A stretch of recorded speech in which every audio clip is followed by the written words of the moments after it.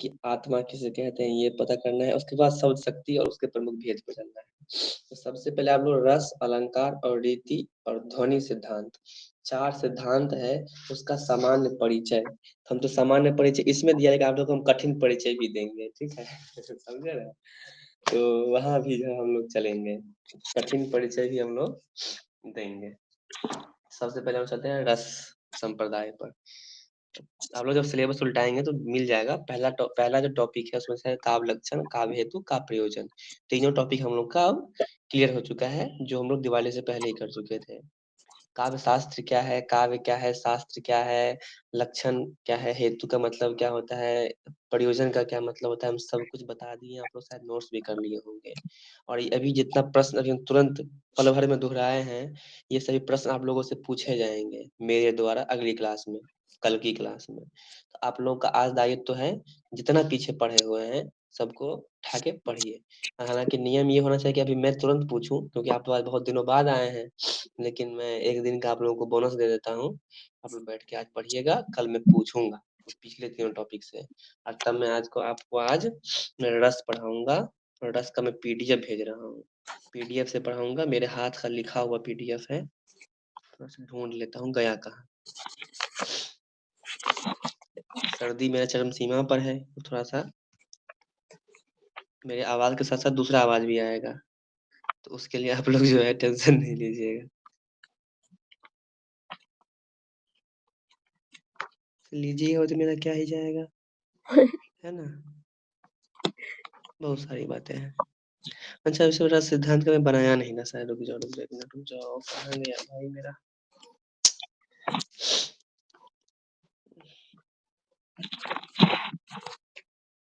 Copy में है, मेरे सामने है, लेकिन मैं जो शायद बनाया हूँ कि नहीं बनाया हूँ मुझे याद नहीं आ रहा। मतलब पीडीएफ बनाया कि नहीं बनाया ये याद नहीं आ रहा है। हालांकि मेरे पास तो पूरा मटेरियल पड़ा ही हुआ है।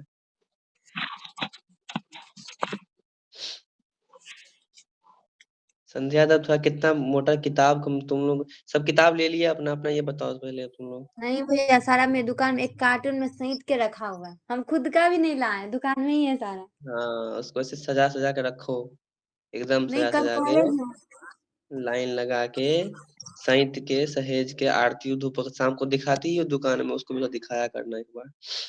समझ गई? अच्छा रहेगा हमारे हिसाब से।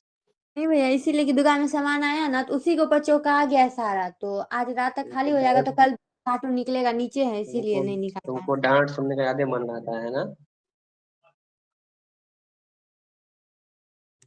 लगता है भैया, ठीक ही बोले आप, बहुत दिन हो गया। ऐसे ही डांट सुन लिया करो, कभी कभी फोन कर करके हमको कभी कभी डांट सुन लिया करो कि भैया थोड़ा डांट दीजिए, मेरा मन नहीं लग रहा है।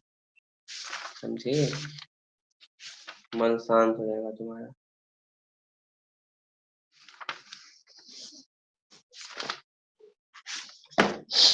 चलो पढ़ाते हैं थोड़ा सा।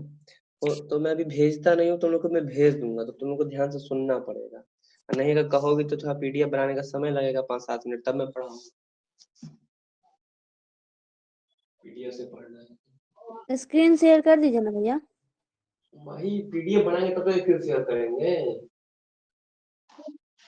हाँ? ये बताओ। भैया, आप नोट भी बनाए कॉपी में? कॉपी में? नोट तो भी वही तो बनाए? उसका उसका फोटो खींचना होगा, या इसको पीडीएफ बनाएंगे तब तो तुमको हम बताएंगे, ऐसे कैसे बता देंगे हम, भैया ये बोल रहे हैं। हम्म? समझिए हम क्या बोले? जी भैया, बना लीजिए पीडीएफ। अब सही बात बोले तुम। देखो, चलो पीडीएफ बाद में पढ़ लेना, तो ध्यान दे लो हम बता रहे हैं, ठीक है ना? पीडीएफ हम भेज देंगे तुम लोग को, जो बोलेंगे वही पीडीएफ में होगा, वही तुम लोग को लिखना भी है, इसलिए तो घबराने की बात नहीं है। तुम लोग अभी भाव एवं रस पढ़ी थी, नहीं ना? नहीं पढ़े तुम लोग, जरूर जरूर जरूर। पहले रस जान लो कि रस क्या है। तुम रस निष्पत्ति पर जाओगे, ये रस सिद्धांत पर, विभाव, अनुभाव, व्यभिचारी भाव। चलो रस से पहले की एक क्लास हमको लेनी पड़ेगी।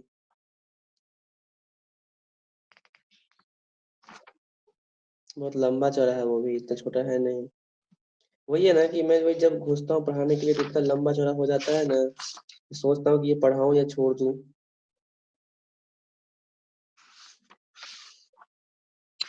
अब किताब भी एक थोड़ी है, इतना सारा किताब है, किसने क्या दिया के दिया है, मुझे सबको देख के पढ़ना पड़ता है। वैसे काव्य के तत्व है, उसमें रस में तो दिया ही होगा अच्छे खासा, उसमें तो रस दिया था। रस में से अस्थाई भाव, विभाव, अनुभाव, संचारी भाव है ना, ये सब जो है ये रस के भेद है, ऐसी सॉरी भाव के भेद है। अब देखो ये रस में ही आता है, तो ये सब सीखने की बात है। और इतना ही नहीं आता है, अस्थाई भाव के बाद शोक क्रोध। अच्छा, रस कितने प्रकार का होता है? 8 प्रकार का स्थायी भाव होता है। भाव के साथ रस का संबंध होता है, इसे पढ़ना पड़ेगा, ऐसे काम चलेगा नहीं। चलो हम पढ़ाते हैं, तुमको तुम लोग कुछ देर समय दो, मैं पीडीएफ तुरंत बना के तुम लोग को मैं पढ़ा देता हूँ, ठीक है? वैसे एक जो किस किताब से भी पढ़ा रहा हूँ, ये किताब संध्या के पास पड़ी हुई है, ले लेना। ये फिलहाल हम शांति का नाम उस पर लिख दिए हैं, लेकिन बारी बारी से तुम लोग लेके पढ़ लेना आपस में, झगड़ा नहीं करना किताब के लिए कभी।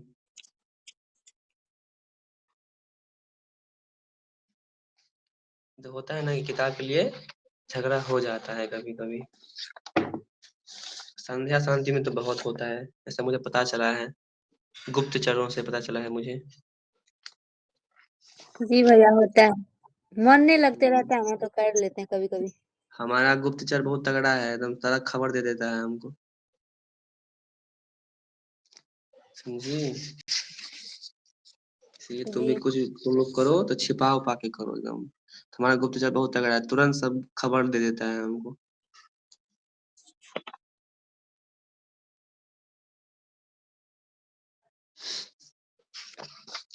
सब बहुत शांत और खामोश बैठे हुए हैं, पता नहीं क्या बात है।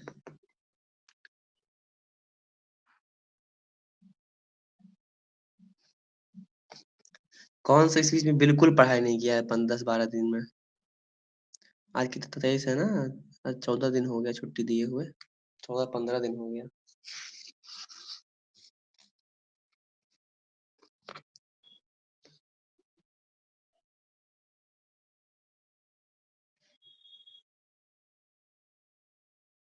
शांति अभी तो कॉलेज नहीं गई हो एक भी दिन? नहीं भैया। काहे? मैम नहीं आई है क्या? बहुत तबीयत खराब था मैं भैया शांति से। अच्छा, तबीयत खराब था। और शुक्रवार से मैम, आज से तो शायद मैम आ ही रही है कॉलेज। आज से? हाँ। मैम भी धन्य है। इसीलिए हम लोग नहीं गए आज, सोचे कल देखेंगे। बुक लेना है ना, इसीलिए बोले कल चले जाएंगे। बुक लेना है देना लाइब्रेरी है इस से? दोनों। नहीं नहीं, इस सबको देना है ना फिर। तुम कहा दे रहे हो? तुम सब दुकान पे आके लेगा अपना की? नवीन ले जाएगा सबका बुक मेरे दुकान से, फिर कॉलेज में जो सब अच्छा आएगी उसी सबका ले जाएगा, उसके बाद बांट देंगे वहीं। अच्छा। इतना से नहीं उठेगा, बहुत है, एक कार्टून है। अच्छा, नवीन तो मेहनत कर रहा है, तो अच्छी बात है। चलो बढ़िया है। इतना भारी किताब था ना, संध्या को तो हम जितना दिए उतना उसका दुगुना किताब हम लाए थे। सोचो कितना भारी होगा मेरे पीठ पर। लेकिन छोड़ो, क्या है दिक्कत है। और जब हम वापस आए हैं तो उससे भी भारी सामान उठा के लाए हैं, किताब बस अपना लाए हैं। और फिर बर्तन, चूल्हा, कपड़े कपड़े इतने सारे थे, बाप रे, ठंडी के क्या ही बताएं। भैया भीड़ भी था वो- ट्रेन में जाते समय? नहीं नहीं, भीड़ तो बिल्कुल नहीं था, छठ का समय था ना, इसलिए बिल्कुल भीड़ नहीं था। क्या कि आते समय भीड़ लगा था। इतने आनंद से आए हैं, इतना सो के आए हैं, क्या बताए। बाप रे बाप।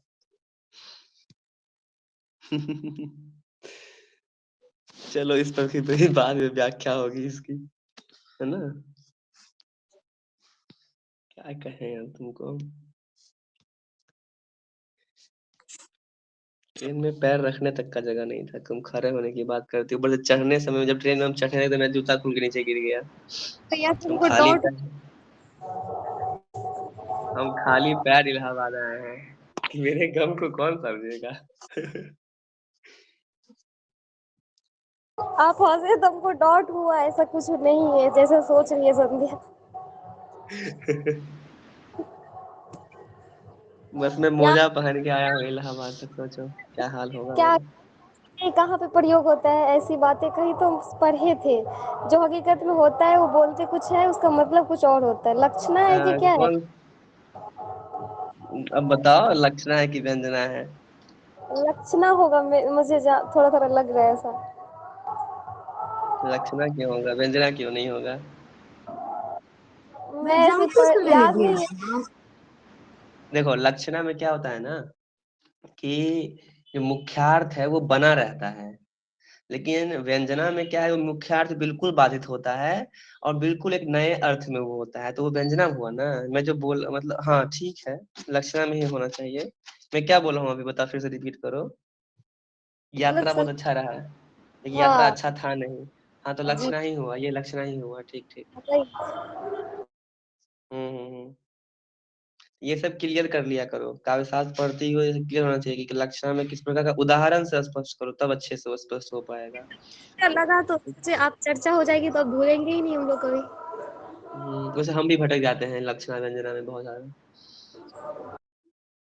सब शक्ति पढ़ेंगे ना हम लोग तो उसमें आ जाए, वैसे तुम लोग सब शक्ति तुम लोग पढ़ी थी इसीलिए, वही सब शक्ति तो हमें पढ़ाए नहीं।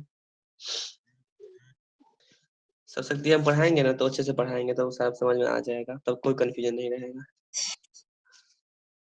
अब देखो कि भाव और रस क्या है। अब हालांकि हमको बस रस पढ़ना है, लेकिन रस को पढ़ने के लिए भाव जानना आवश्यक है, क्योंकि रस जो है वो भाव से ही उत्पन्न होता है। अर्थात जो भाव हमारे मन में है, जो भावनाएं हमारे मन में होती है, वहीं से रस की निष्पत्ति होती है और रस वहीं से उत्पन्न होता है। तो संस्कृत काव्य शास्त्रीय चर्चा के इतिहास में रस का संदर्भ नाट्य के प्रसंग में सर्वप्रथम भरत मुनि के द्वारा उनके ग्रंथ नाट्य शास्त्र में उठाया गया। एक लाइन इतनी लंबी सी है, इसमें यही है कि रस जो शब्द है, ये इसका जो बात है, यह जो इसकी जो पूरी कथा है रस की, वो सबसे पहले कहाँ मिला, नाट्य शास्त्र में मिला। किसके यहाँ मिला, भरत मुनि के यहाँ मिला। किस रूप में मिला, तो नाट्य के रूप में, नाट्य मतलब नाटक रूप में मिला। क्या, रस, स्पष्ट। लेकिन स्वयं भरत मुनि ने अपने ग्रंथ में अनुवंश श्लोकों का उदाहरण देकर इस तथ्य का प्रमाण प्रस्तुत किया है कि उनके पहले भी रस की चर्चा विद्यमान थी। मतलब उन्होंने यह भी कहा कि हो सकता है, हो मतलब प्रमाण दिया है उन्होंने, मतलब श्लोक देते हुए पूरा पूर्ण रूप से कहा है कि उनके पहले भी रस की बातें हो चुकी थी। लेकिन उनके पहले भी चर्चा हो चुका है, फिर भी प्रमाणिक ग्रंथों की अनुपलब्धि, मतलब वो उपलब्ध हम लोग के सामने नहीं था प्रमाणिक ग्रंथ, तो भरत को रस का आद्याचार्य सिद्ध करती है। मतलब वह जिस ग्रंथ को पहले प्रमाणिक मानते हैं या उनसे पहले जहाँ उसकी व्याख्या मिलती है, वैसा कुछ ग्रंथ हम लोग को नहीं उपलब्ध हो पाया। इसलिए हम लोग जो है आद्याचार्य मतलब सबसे प्रथम पुराने आदिकाल के आचार्य जो है संस्कृत के रस के मतलब रस के क्षेत्र में। अब जैसे ध्वनि आएंगे तो ध्वनि के क्षेत्र में कुछ दूसरे आ जाएंगे, है ना। रीति आएगी तो रीति में कुछ दूसरे आ जाएंगे। तभी हम लोग बस रस की बात कर रहे हैं। तो रस का आद्याचार्य मतलब सबसे पुराने आचार्य जो है, कौन शुद्ध होते हैं, भरत, है ना। भरत मुनि के रस संबंधी किसी सिद्धांत का प्रतिपादन तो नहीं किया, लेकिन पाठ्य, गीत, अभिनय एवं रस, इन चार नाट्य अंगों का उल्लेख कर यह अवश्य संकेतित किया कि उनमें रस का स्थान सर्वोपरि है। क्या चार किया, देखिए, पाठ्य, गीत, अभिनय एवं रस, यह चार जो है अंग बताए, किसके, नाटक के चार अंग है। क्या क्या है, पाठ्य, गीत, अभिनय एवं रस, और सबसे अधिक जोर जो उन्होंने रस पर ही दिया था। तो यह जो एक तत्व है, रस शब्द का सबसे प्रथम प्रसंग कहाँ मिलता है, नाट्य शास्त्र में ही मिलता है। तो उल्लेख कर यह अवश्य संकेतित किया कि उनमें रस का स्थान सर्वोपरि है। उन्होंने क्या कहा, नहीं रसादृशे कश्चिदर्थ परवर्तते, प्रवर्तते, ऐसे है। नहीं रसादृते कश्चिदर्थः प्रवर्तते। रस के बिना नाट्य का कोई अन्य अर्थ प्रवर्तित नहीं होता। इसका मतलब क्या है कि रस के बिना नाट्य का कोई अन्य अर्थ प्रवर्तित ही नहीं होता। रस नाट्य का मूल है और रस निष्पत्ति उसकी सिद्धि। अर्थात ये कह रहे हैं कि नाटक जो चीज है कि रस जो है नाटक का मूल चीज है, एकदम मूल। रस सबसे इम्पोर्टेंट चीज है नाटक का, और रस निष्पत्ति जो है इसकी सिद्धि है। नाटक का क्या सिद्धि है? इसी में है कि रस निष्पत्ति, अर्थात नाटक का यही उद्देश्य है कि हमारे हम जो कहना चाह रहे हैं, जो भाव हमारे भीतर है, जो नाटक कौन खेलता है? कलाकार खेलता है। कलाकार अगर अपनी भावनाओं से दर्शकों को की भावनाओं तक पहुंच जाए, या अपनी भावनाओं को दर्शाते हुए दर्शकों की भावनाओं को बदल दे। जैसे मान लो अभी हम बहुत मस्ती करके आए, नाटक देखने के लिए बैठ गए, तो कलाकार अगर मान लो बहुत इमोशनल है, बहुत करुण भाव में है, और मैं भी उसकी कलाकारी को देखते देखते धीरे धीरे धीरे धीरे मैं भी रोने लगूं, होता है ना? कलाकार के हंसते ही तो दर्शक हंसने लगते हैं, और कलाकार के रोते ही दर्शक उससे बंध जाते हैं और बहुत ही इमोशनल हो जाते हैं, रोने भी लगते हैं। तो वो वही जो भी मैं कह रहा हूँ, रस निष्पत्ति है ना, यही उसकी सिद्धि है। नाटक की सफलता तभी मानी जाती है। जैसे मान लीजिए हम लोग उदाहरण देते हैं कि हम लोग अपने कॉलेज में माधवी नाटक जो भीष्म का लिखा हुआ उसका मंचन किए थे। उसमें था ना कि जब अब मान लीजिए दर्शक पर भी निर्भर करता है कि दर्शक कैसे हैं। तो नाटक में मान लीजिए अगर हास्य पात्र आए, तो ऐसा वेशभूषा होता है, ऐसी उनकी रहन-सहन और बोली होती है, लोग देखते ही उनको हँस पड़ते हैं। और जो दया के पात्र होते हैं, जिनमें दीन भाव छिपे होते हैं, दयनीय स्थिति होती है, को देख के लोग अपने आप स्तब्ध हो जाते हैं, कि आँसू आँखों से आँसू, उनकी बातों को सुनते ही आँख से आँसू टपकने लगते हैं। तो ये यही नाटक की सिद्धि है ना? तो यही जो रस है, जो प्रदान होते ही दर्शक वो होता है, तो यह इसका सबसे यही इस ये कहाँ मिलता है? इससे जो बातें चर्चा कर रहे हैं, ये कहाँ मिलता है? सबसे पहले नाट्य शास्त्र में मिलता है। यह आप लोग नोट कर लेंगे कि नाट्य शास्त्र में भरत मुनि ने नाटक के 4 अंग बताए हैं। कौन-कौन सा? पाठ्य, गीत, अभिनय एवं रस। और नीचे फिर लिखेंगे नोट में कि इन्होंने संकेत किया है, संकेत करते हुए उन्होंने कहा कि रस का स्थान सर्वोपरि है। नीचे यह लाइन दे करके इन्वर्टेड कॉमा में डाल देंगे। हो गया। और नीचे देखेंगे कि रस तथा भाव को नाट्य का आधार मानते हुए वे इन दोनों के पारस्परिक संबंध को इस प्रकार प्रस्तुत करते हैं।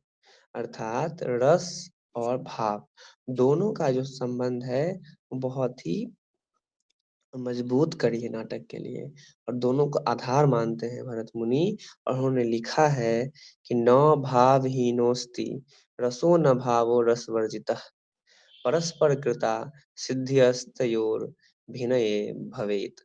नाट्य शास्त्र 36/6, मतलब वो पृष्ठ संख्या होगा, ये सब छठा अध्याय इस प्रकार से होगा। तो नाट्य शास्त्र में ये श्लोक आप लोग को देखने को मिलेगा। अर्थात कहने का ये तात्पर्य है कि भावों के बिना रस नहीं रहता है। जब मन में भाव होगा तभी तो रस की निष्पत्ति होगी, और न रस के बिना भाव। रस नहीं होगा तो वो भाव नहीं आ पाए, मतलब जो भाव छिपा हुआ है वो रस के बिना बाहर उत्पन्न ही नहीं होगा। अर्थात ये दोनों एक दूसरे के पूरक हैं। अभिनय के द्वारा एक दूसरे के आश्रय से इनकी सिद्धि होती है। अभिनय मतलब जो नाटक अभिनय के माध्यम से ही होता है। तो जो नाटक कर रहा है, वह अभिनय जो कर रहा होता है, उसका जो है आश्रय से, आश्रय मतलब जो देख रहा है ना? उस दोनों से जब संबंध नहीं बनेगा, है ना? अभिनय के द्वारा एक दूसरे के आश्रय से, मतलब एक दूसरे की बातों से, भावनाओं से नहीं मिलेगी तब तक इनकी सिद्धि नहीं होती है। फिर आश्रय से इनकी सिद्धि होती है। जब आश्रय हो जाएगा, एक दूसरे के भरोसे हो जाएंगे, जो दर्शक है वो एकदम मान लेगा कि जो अभिनय कर रहे हैं वही सच है, और उसके साथ घुल-मिल जाएगा। अगर वो जा रहा है दिल्ली, कोई अभिनेता कोई नाटक में शहर छोड़कर दिल्ली जा रहा है, तो सभी दिल्ली का ख्वाब देख लेते हैं, और अगले दृश्य में ऐसा दृश्य दिखा दिया जाता है कि वो वाक़ई में दिल्ली पहुँच गया है। हाथ में ब्रीफकेस होता है, वो टोपी लगाए हुआ है एकदम, है ना?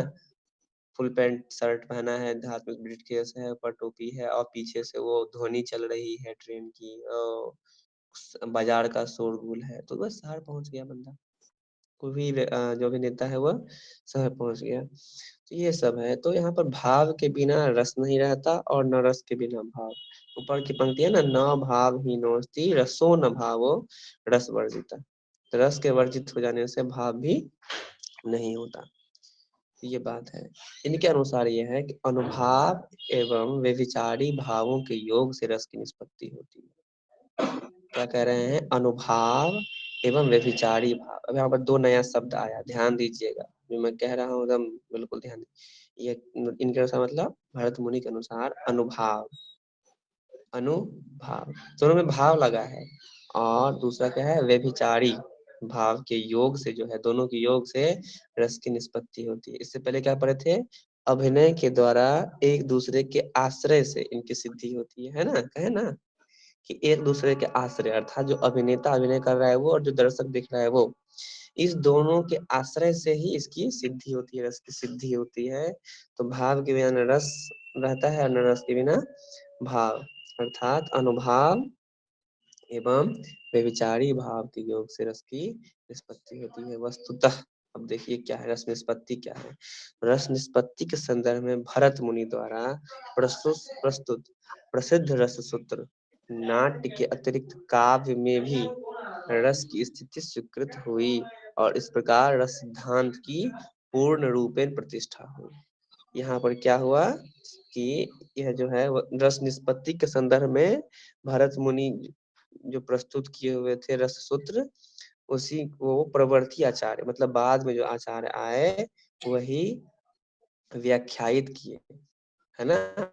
मतलब जो भरत मुनि का रस सूत्र था, जहाँ से ये मिला कि रस निष्पत्ति के संदर्भ में भरत ने क्या कहा कि अनुभाव और व्यभिचारी भाव के संयोग से रस की निष्पत्ति होती है। तो इसी बातों का खंडन करते हुए बाद के आचार्यों ने उसका खूब व्याख्यायित किया, खूब अलग-अलग व्याख्याएं दी, और इसका परिणाम ये हुआ, अर्थात फलस्वरूप रस जो है परिकल्पना का विकास हुआ।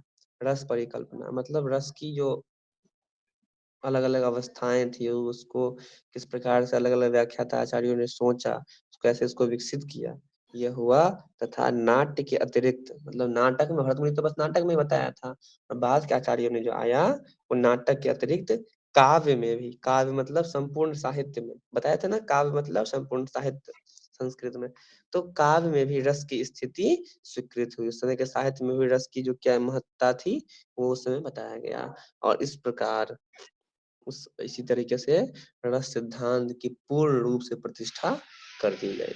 सबसे पहले भरत मुनि के यहाँ जो है सो हमको बस एक जड़ मिलता है उस रस की, यहाँ पर बिल्कुल आपको उस पंक्ति में मिल जाएगा जहाँ पर उन्होंने कहा है कि नहीं रसादृश्य कश्चिदर्थ प्रवर्तेते, अर्थात रस के बिना नाट्य का कोई अन्य अर्थ प्रवर्तित नहीं होता है। उन्होंने रस नाट्य का मूल है और रस निष्पत्ति उसकी सिद्धि है। ये बात अच्छे से आप लोग को याद रखना है।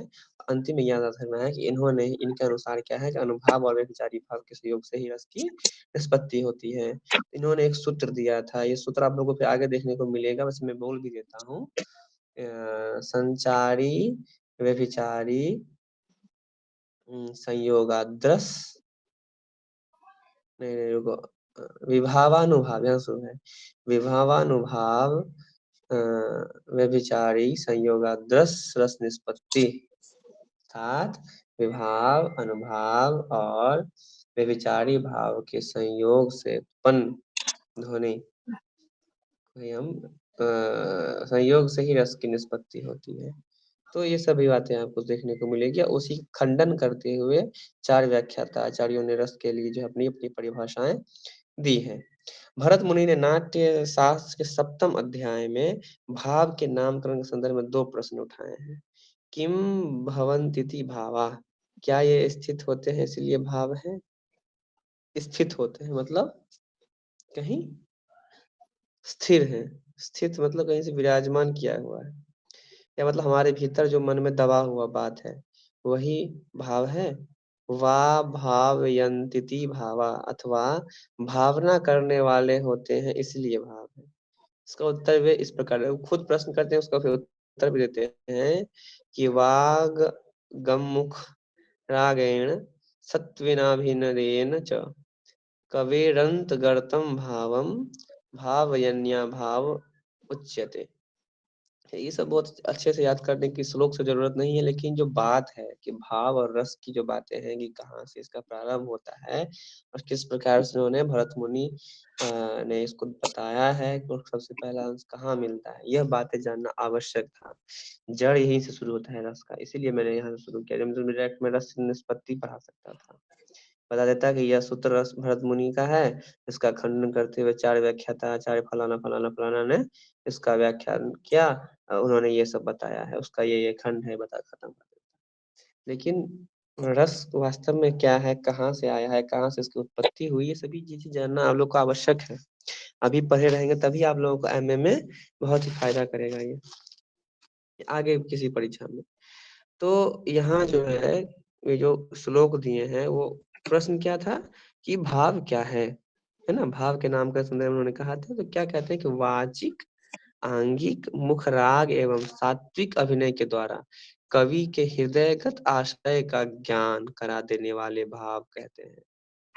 क्या कह रहे हैं, वाचिक अर्थात जो बोलते हैं, आंगिक मुख राग अर्थात हम अपने अंग मुख के से जो बोलते हैं वो, एवं सात्विक अभिनय अर्थात हम अपने शारीरिक शरीर के माध्यम से जो अभिनय करते हैं उसके द्वारा कवि के हृदयगत आशय का, कवि के भीतर में हृदय में जो भी बातें आशा छिपी हुई है उसका जो ज्ञान करा देता है उसे ही हम भाव कहते हैं। कहते हैं ना कि हम आपका भाव समझ रहे हैं, आपके कहने का तात्पर्य, आपके कहने का आशय समझ रहे हैं, वही तो भाव है।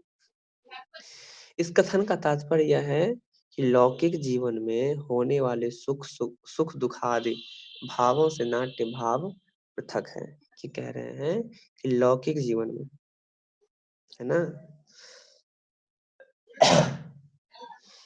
कि लौकिक जीवन में जो सुख दुख आदि भाव जो उत्पन्न होते हैं उससे नाट्य भाव, नाटक में जो भाव होते हैं वो थोड़े से अलग होते हैं।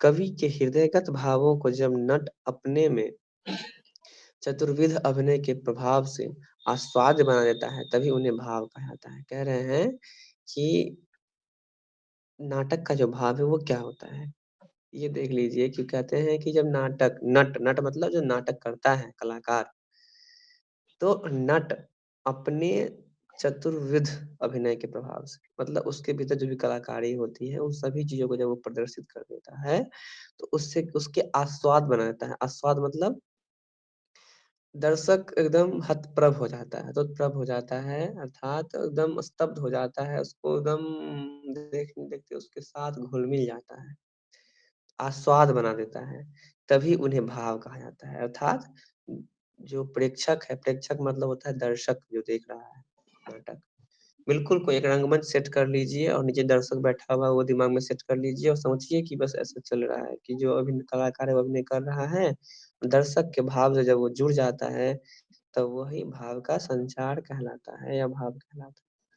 देखिए मैं तो बहुत अच्छे से रिलेट कर पाता हूँ, जोड़ पाता हूँ उस चीज को, क्योंकि मैं खुद रंगमंच को जीता हूँ, अभी भी मैं 3 दिन जी करके आया हूँ।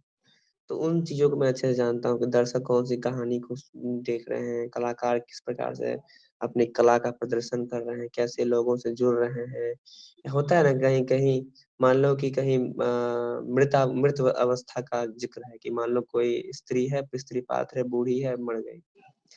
तो वो कष्ट से छटपटाते, रोते-बिलखते मरेगी तो स्वाभाविक है कि दर्शकों में कष्ट, करुण भाव जग जाएगा। लेकिन अगर वही अ अ, खूब एक्टिंग करे और गिर जाए, मर जाए, मतलब मरने की एक्टिंग करे और क्या हो कि फिर वो एक बार बीच में पलटी मार दे, तो क्या होगा? अभी वो जो भाव था वो तो खत्म हो जाएगा, फिर हास्य भाव आ जाएगा। अर्थात दर्शक उस करुण भाव के बीच में भी वह हास्यास्पद पात्र बन जाएगा। या फिर हो सके कि मान लो कोई स्त्री पात्र, कोई जेंट्स है, स्त्री बना हुआ है, उसका कोई बाल खुल जाए या फिर कोई ऐसा है, मान लो कुछ ऐसा दृश्य बन जाए जो कि मतलब जो अभिनय दिखाना चाह चाह रहा है वो ना हो जाए, बल्कि वो बिल्कुल अपोजिट भी हो सकता है। तो एकदम पल भर के कलाकारी पर निर्भर करता है। तो वो बारीकी समझने के लिए एकदम कलाकार की तरह सोचना ज़रूरी होता है। तो भाव एक दूसरे के हाँ, तो अभी तो कहाँ से कहाँ हम चले गए? हाँ, तो जब नट नट मतलब जो कलाकार अपने चतुर्विद अभिनय के प्रभाव से आस्वाद्य बना देता है, तभी उन्हें भाव कहते हैं। आस्वाद मतलब ऐसी कलाकारी का प्रदर्शन करना, जो कि लोगों को बहुत लाभान्वित करे। तो जो अर्थ विभावों के द्वारा प्रस्तुत होकर अनुभावों तक वाचिक, आंगिक एवं सात्विक अभिनयों द्वारा प्रतीति के योग बनता है, वह भाव कहा जाता है। तो यहाँ पर आपको विभाव और अनुभाव तथा वाचिक आया ना? अर्थात जो ना कहा गया है, जो अर्थ विभावों तथा अनुभावों विभावों के द्वारा प्रस्तुत होता है और अनुभावों तथा वाचिक या आंगिक एवं सात्विक अभिनयों के द्वारा प्रतीति की योग बनता है, अर्थात उससे हमको उस चीज की अनुभूति होती है, महसूस करने की योग बन जाए, तभी उसे हम भाव कहते हैं। कहते हैं वाह क्या भाव है। मान लो कोई संगीतकार है, गीत गा रहा है ना? कहते हैं क्या भाव है इस गीत का, सुनने ही आनंद आता है ना। जो उस भाव के साथ हम घुल मिल जाते हैं। तो वह जो तैयार करता है ना, वह जो अनुभूति है ना, महसूस होता है हमें यही भाव है। समझ रहे हैं? बहुत बारीकी से सोचना होगा एकदम। जब काव्य शास्त्र पढ़ते हैं तो आंखें, मैं भी आंखें बंद करके पढ़ा रहा हूँ, अभी महसूस कर रहा हूँ। ऐसे ही होता है काव्य शास्त्र, समझ गए? मतलब डूब जाइए बिल्कुल आप उसमें। काव्य शास्त्र मतलब है डूब के पढ़ना, उसको जीना। कहते हैं ना कि मैं जैसे कोई कैरेक्टर रहता है, तो नाटक दिखाते समय क्या करता है, उस कैरेक्टर को जीता है। कोई खलनायक है तो लगता है कि मैं वास्तव में गुंडा हूँ, गुंडे की जीवन ही जी रहा हूँ, तब वो कैरेक्टर सफल होता है। समझे क्या? तो आपको भी तो उस प्रकार से सोचना होगा ना। तो उस जगह पहुंचने के लिए कोई भी कविता है, अरि वरुणा की शांत कछार, तो उस वरुणा नदी के शांत कछार पर मुझे पहुंचना पड़ता है, तभी हम उस चीज को महसूस कर सकते हैं, है कि नहीं? तो इन सभी बातों को महसूस कीजिए, समझिए। आगे चलते हैं, आगे क्या लिखा है वो भी देख लेते हैं हम लोग, है कि नहीं? तो भाव के भेद है, भाव के कितने भेद है ये तो देख लेते हैं। भावों की संख्या जो है सो कितनी बताई गई है, बहुत ज्यादा बताई गई है। 49 निर्धारित की गई है कि भाव 49 प्रकार के होते हैं, लेकिन उसमें 8 जो है अस्थाई भाव है और 33 व्यभिचारी और 8 सात्विक है। अस्थाई भाव अर्थात वो बिल्कुल विराजित है, मतलब हिल डोल नहीं करता है मन में, हमारे भीतर क्या है, वह एकदम अस्थाई है, बैठा हुआ है। 8 गो भाव और 33 जो है व्यभिचारी भाव है और 8 जो है वो सात्विक भाव है। तो अस्थाई भाव क्या है, थोड़ा ये जान लेते हैं, है ना? उसके बाद हम लोग जानेंगे कि विभाव क्या है, अनुभाव क्या है। तब से ये शब्द बार-बार आ रहे थे ना, तो यही बात है। धीरे-धीरे हम लोग आगे बढ़ेंगे, सभी चीज़ को जान जाएँगे। तो भाव के भेद हैं। वैसे आप लोग का समय हालाँकि हो चुका है, लेकिन थोड़ा देर और खींच देते हैं हम, 7:15 तक लेके चलते हैं। जो छूट जाएगा उसे कल हम लोग आगे दोहरा लेंगे, पढ़ लेंगे। छूटता नहीं है, समय निर्धारित होता है, उसके साथ हम लोग को चलना होता है। और जब हम लोग अच्छे से पढ़ने के साथ डूब जाते हैं ना, हम दोनों का भाव एक हो जाता है, तो पता नहीं चलता है कि समय कितना बीत गया। तो यही होता है। जैसे कोई फ़िल्म आप लोग बैठने देख रहे हैं, तो होता है ना कि अगर मूवी अच्छी नहीं लगेगी तो मान लो अरे कितना समय, अरे आधा घंटा और बचा, और देखना पड़ेगा आधे घंटे। लेकिन वही है कि फ़िल्म अच्छी होती है, स्टोरी में अगर हम लोग घुल-मिल जाते हैं, एकदम उसके साथ डूब जाते हैं, तो कब 3 घंटे फ़िल्म शो में वो बीत जाते हैं, पता ही नहीं चलता। क्या? तो यही होता है। तो अस्थाई भाव क्या होता है ये देख लीजिए कि अस्थाई भाव जो है चित्तवृत्त रूप है, जिनके संस्कार से शून्य को भी प्राणी नहीं होता।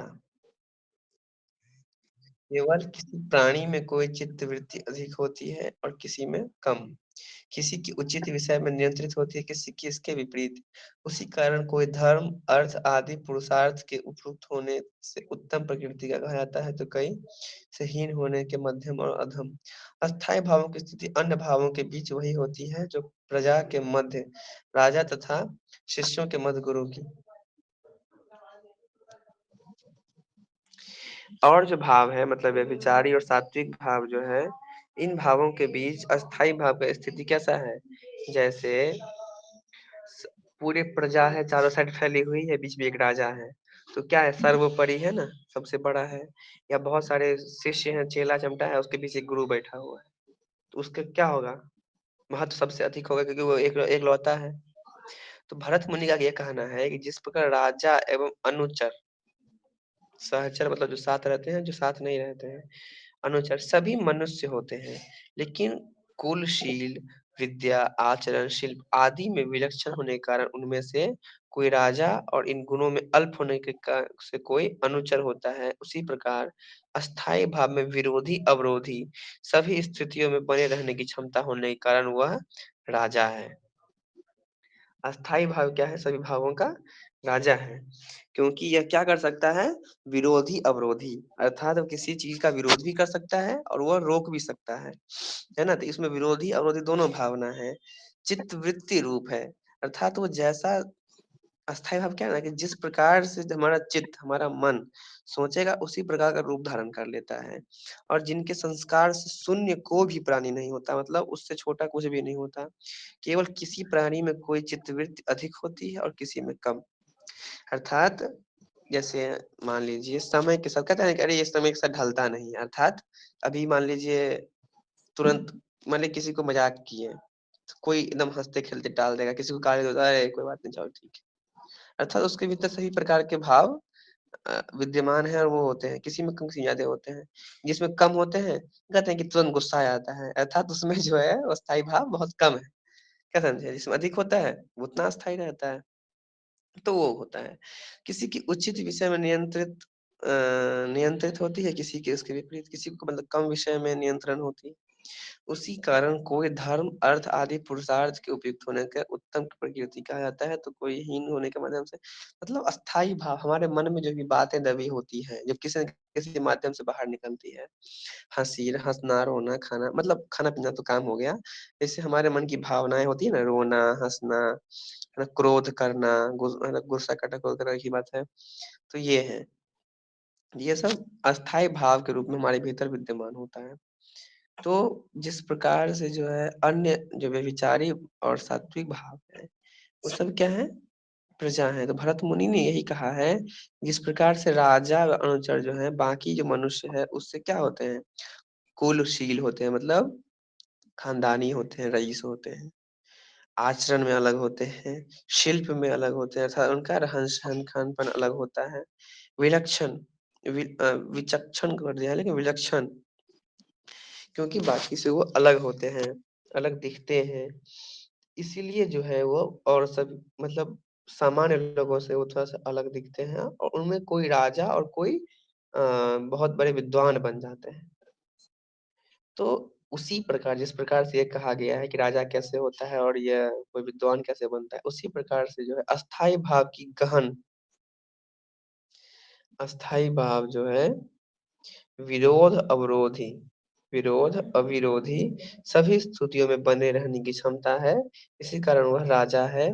अस्थाई भाव की गहन होने के कारण पुनः पुनः अभिव्यक्ति होती रहती है, बहुत ही गहन, बहुत ही बारीकी में यह होता है हमारे भीतर, इसीलिए बार बार यह अभिव्यक्त करते रहता है, अपने आप को साबित करते रहता है, और वही रसत्व को प्राप्त होता है, रसत्व मतलब रस तत्व को, जब वो भाव हमारा बाहर निकलता है, बाहर निकलने के लिए कोशिश करता है, वही रस तत्व को प्राप्त होता है, या वहीं से रस का काम शुरू हो जाता है, कि हमारा जो मन भीतर अस्थाई भाव सोया हुआ है, उस भाव को जगाना, उसको बाहर निकालना, और उसको बाहर निकाल के पूरा विस्तार करना, ये सभी सभी काम रस का है। जब हमको रस पढ़ेंगे तब ये सब बात पढ़ेंगे, ठीक है। यहीं पर रस तत्व प्राप्त करता है, अर्थात पुनः पुनः जो अभिव्यक्ति होती है भाव की, बार बार जो हमारे मन का भाव है वो बाहर निकलता है, यहीं पर वो रस तत्व की प्राप्ति कर लेती है। लेकिन यह उल्लेखनीय है, अस्थाई भाव रसत्व को तभी प्राप्त होगा जब वह विभावादि से संयुक्त होगा। विभाव, अब विभाव मतलब उससे, विभाव से जब तक वो नहीं जुड़ा रहेगा तब तक वो रस की प्राप्ति नहीं कर पाएगा, रस से नहीं जुड़ पाएगा। तो विभाव क्या, वो आगे हम लोग पढ़ेंगे ही, बारी बारी से चलते हैं। भरत मुनि ने 8 अस्थाई भावों का उल्लेख किया है, उनका मानना है कि 8 प्रकार के क्या हैं, अस्थाई भाव हैं। ऊपर लिखा होगा, आप देखे भी होंगे, 8 अस्थाई भाव हैं, 33 व्यभिचारी भाव और 8 सात्विक भाव हैं। अस्थाई भाव कौन-कौन सा है? रति, हास, शोक, क्रोध, उत्साह, भय, जुगुप्सा एवं विस्मय। ये सभी है। इन सभी के बारे में थोड़ा सा पढ़ लीजिए। रति क्या है? रति क्या है? यह एक आमोदात्मक भाव है, जो मनोनुकूल विषय की प्राप्ति से उत्पन्न होता है। हमारा मन जिस प्रकार से चाहेगा, उस प्रकार के विषय के लिए वह उत्पन्न हो जाएगा। क्या? रति मतलब आमोदात्मक भाव। हमारा जो मन में आमोद है, मतलब जिस प्रकार से मन अनुकूल, हमारा मन जिस प्रकार से इधर से उधर होगा, वह रति में आता है। हास क्या है? यह एक विनोदास्पद भाव है। विनोदास्पद मतलब हंसी उल्लास का। एक तरह से कह सकते हैं कि ये दूसरी की चेष्टाओं के अनुकरण, मतलब दूसरी की चेष्टा, मतलब कोई दूसरा अगर कोई इच्छा प्रकट कर रहा है तो उसका अनुकरण करना। असंबंध प्रलाप है ना, तथा मूर्खता आदि विभावों से उत्पन्न होता है। तो हास क्या है? हास मतलब कहता है ना कि एक तो समझ लो कि हंसने का विषय। तो जो हम विनोदात्मक भाव होता है, मतलब हंसी ठहाके वाली बात। तो असंबंध प्रलाप कर रहे हैं, जिससे हमको यहाँ कोई संबंध नहीं है, बस दिखावे का कर रहे हैं, तो वो रोने का ही मतलब, जो इससे कोई मतलब नहीं है। हम यहाँ बैठ कर भी रोने लगे तो क्या हुआ? सभी हंसने लगेंगे आप लोग। तो ये क्या हुआ? ये विनोदास्पद भाव हो गया। ये सब यहाँ आता है। उसके बाद शोक है। शोक यह एक दुखप्रद भाव है, जिसमें लोग दुख होता है। इष्ट जन वियोग, हमारा जो इष्ट लोग होते हैं हमारे जीवन में जुड़े हुए, उनका वियोग करते समय। या विभव नाश होता है, बद्ध किसी का बद्ध होता है तो बंधन तथा दुखप्रद विभाव से उत्पन्न होता है शोक। ठीक। क्रोध का उत्पन्न होता है। यह एक अनिष्टकारी प्रज्वलन रूप भाव है। अनिष्टकारी प्रज्वलन मतलब ये ऐसे जलता है जो हमें दिखता नहीं है। यह संघर्ष, आक्रोश, कलह, विवाद तथा प्रतिकूलता आदि विषयों से उत्पन्न होता है। यहाँ पर संघर्ष होगा अधिक ज्यादा और सफलता नहीं मिली तो क्रोध आएगा। आक्रोश, जब किसी के प्रति आक्रोश आएगा तो क्रोध जगेगा मन में। कलह, कहीं पर कलह विवाद हो गया, कहीं किसी विवाद झड़प हो गया, तो यहाँ इस सब स्थान पर क्या होता है? क्रोध की उत्पत्ति हो जाती है। उत्साह कब होता है? यह उत्कर्ष करने वाला उत्तम भाव है। उत्कर्ष मतलब जब हमें बहुत अधिक प्रसन्नता होती है मन में। यह उत्तम लोगों की प्रकृति से संबंध माना गया है कि जो शक्ति, धैर्य तथा शौर्य आदि विभा से उत्पन्न होता है। शौर्य मतलब हम बहुत प्रतापी हैं, हमारे तो बहुत टैलेंटेड, हमें सफलता मिल गई तो क्या होता है? हमें उत्साह होता है ना, ये बात है। शौर्य मतलब हमारे भी जो टैलेंट है उसको पहचानना। भय, भय भी एक प्रकार का अस्थाई भाव है। भय कब होता है? गुरुजन तथा राजा के प्रति किए गए अपराध, हिंसक, पशु, शून्य घर, गहन वन पर्वत, अंधकार, दुर्दिन आदि विभावों से इसकी उत्पत्ति होती है। डर कब लगता है हमें? जब अकेलापन में हमको कहीं भूत का डर होता है तब। फिर अपराध करते हैं कहीं तो फिर उसका भय बना रहता है कि सजा मिलेगी। फिर कहीं हिंसा करते हैं, उसकी हिंसक पशु है, कोई खतरनाक जानवर है, उससे भय होता है, डर लगता है। ये सब अस्थाई भाव जो हमारे मन में है वो यहाँ से उत्पन्न होता है। जुगुप्सा है, यह एक घृणित भाव है, जैसे में घृणा आती है, जो अरुचिकर वस्तुओं को देख दर्शन तथा श्रवण आदि भाव से उत्पन्न होता है। जिसको देखकर हमारी रुचि नहीं आती, जिसके प्रति हमारा इंटरेस्ट नहीं है, फिर भी वो हमें हमारे सामने रख दिया जाए। मान लो किसी को दही केला एक साथ खाने पसंद नहीं हो, और किसी को एकदम अभी एक बड़ा सा कटोरा में दही और उसको 4 केला दे करके उसमें बोले तुम दही केला खाओ, क्या होगा? उसमें घृणा हो जाएगा। तो वह जो अस्थाई भाव हमारे मन में है, वह जुगुप्सा कहलाता है। वो कैसे बाहर आएगा? अरे बहुत बेकार है, अच्छी चीज हटाओ हटाओ सारी को सारी। ये जो मन में भाव है, एकदम चेहरा पर बहुत बेकार एक्सप्रेशन आएगा, वो कब आएगा? जब सामने वस्तु होगी तो आएगा। तो वो अस्थाई भाव हमारे मन में किस प्रकार के भाव में विराजमान है? जुगुप्सा भाव में। अंतिम है विस्मय, यह हृदय का उल्लासक भाव है। हृदय का, हमारे हृदय यहाँ से प्रसन्न होता है विस्मय का। यह माया, इंद्रजाल तथा असाधारण कर्म की अतिशयता आदि विभाव में उत्पन्न होता है। मतलब हमारा जो हृदय है वह उल्लासक भाव है, अर्थात उल्लास कब करता है, कब बहुत अधिक प्रसन्न होता है? जब माया या असाधारण काम की अतिशयता आदि सब कुछ कर लेता है, तब होता है। ठीक ना?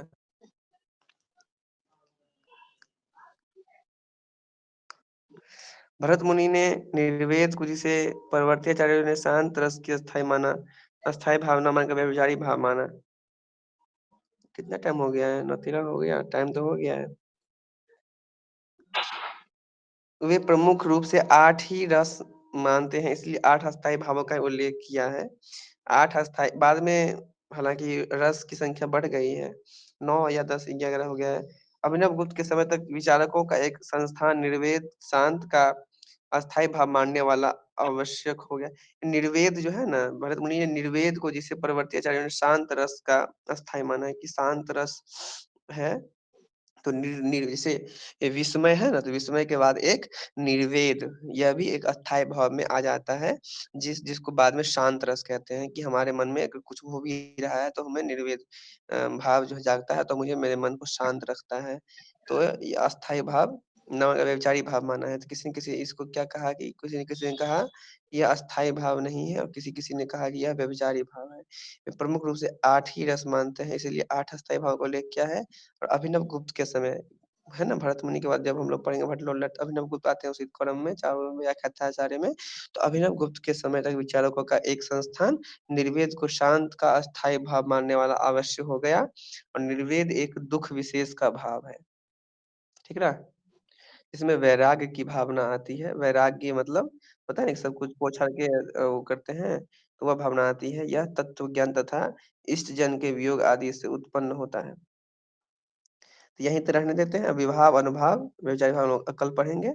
संभव तो हो सकता है कि आप लोग पूरा चीज लिंक नहीं कर पाए हो, कोई बात नहीं है, हम लोग इसको रीड कर लेंगे भाव और रस को, फिर धीरे धीरे जब रस के पास पहुंच जाएंगे तो आप लोग पीछे वाला कंसेप्ट क्लियर हो जाएगा, इसको आज आधे रास्ते में ही छोड़ते हैं।